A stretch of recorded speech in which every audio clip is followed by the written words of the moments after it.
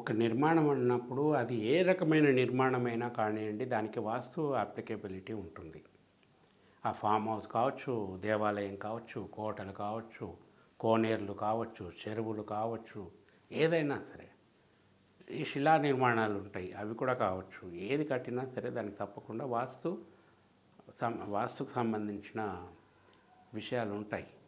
ఇప్పుడు form houses అన్నారు. Form houses అంటే ఏంటండి, కొంచెం ఇదివరకు ఫామ్ హౌసెస్ అంటే ఒక 15 ఎకరాలు 10 ఎకరాలు తీసుకొని కట్టుకునేవాళ్ళు.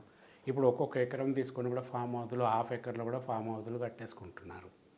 సో దానికి ఎప్పుడైతే కొన్ని ఎల్లలు ఏర్పడ్డాయో మొత్తం స్థలానికి, ఆ ఎల్లలు ఏర్పడిన స్థలంలో వీళ్ళు ఒక చిన్న ఇల్లు కట్టుకొని దాన్ని ఫామ్ హౌస్ అంటున్నారు. సో దానికి కూడా మరి ఎల్లలు ఉన్నప్పుడు, దానికి పరిమితులు ఉన్నప్పుడు, దానికి తూర్పు పడమర ఉత్తరము దక్షిణము ఇవన్నీ కూడా దిక్కులు ఏర్పడతాయి కదా. ఆ దిక్కులను బట్టి దాని లోపల కట్టవలసిన పద్ధతిలో నిర్మాణం చేసుకోవాలి. అలా కాకుండా మనం ఇష్టం వచ్చినట్టు నిర్మాణం చేసుకుంటే వాస్తు దోషాలు ఏర్పడతాయి. అప్పుడు ఆ ఫామ్ హౌస్లో ఎప్పుడో ఒకసారి వెళ్ళి ఫామ్ హౌస్లో ఉండి ఎంజాయ్ చేద్దామని వెళ్తూ ఉంటారు, అదొక పద్ధతి. ఇప్పుడు అట్లా ఏం కనపడటం లేదు నాకు. రిసార్ట్స్కి వెళ్ళిపోతున్నారు. ఫామ్ హౌస్లు కట్టుకునే వాళ్ళు చాలా తక్కువ. ఫామ్ హౌస్లు కట్టుకున్న వాటిని మెయింటైన్ చేయటం అది కూడా చాలా ఖర్చుతో కూడుకున్న పని. కొంతమంది మాత్రమే చేయగలరు.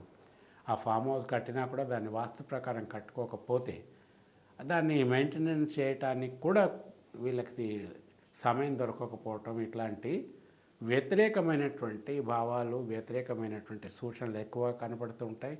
దాంతోపాటు నెగటివ్ వైబ్రేషన్స్ కూడా డెవలప్ అవుతాయి. సో ఆ ఫామ్ హౌస్లు అట్లానే శిథిలమైపోతూ ఉంటాయి.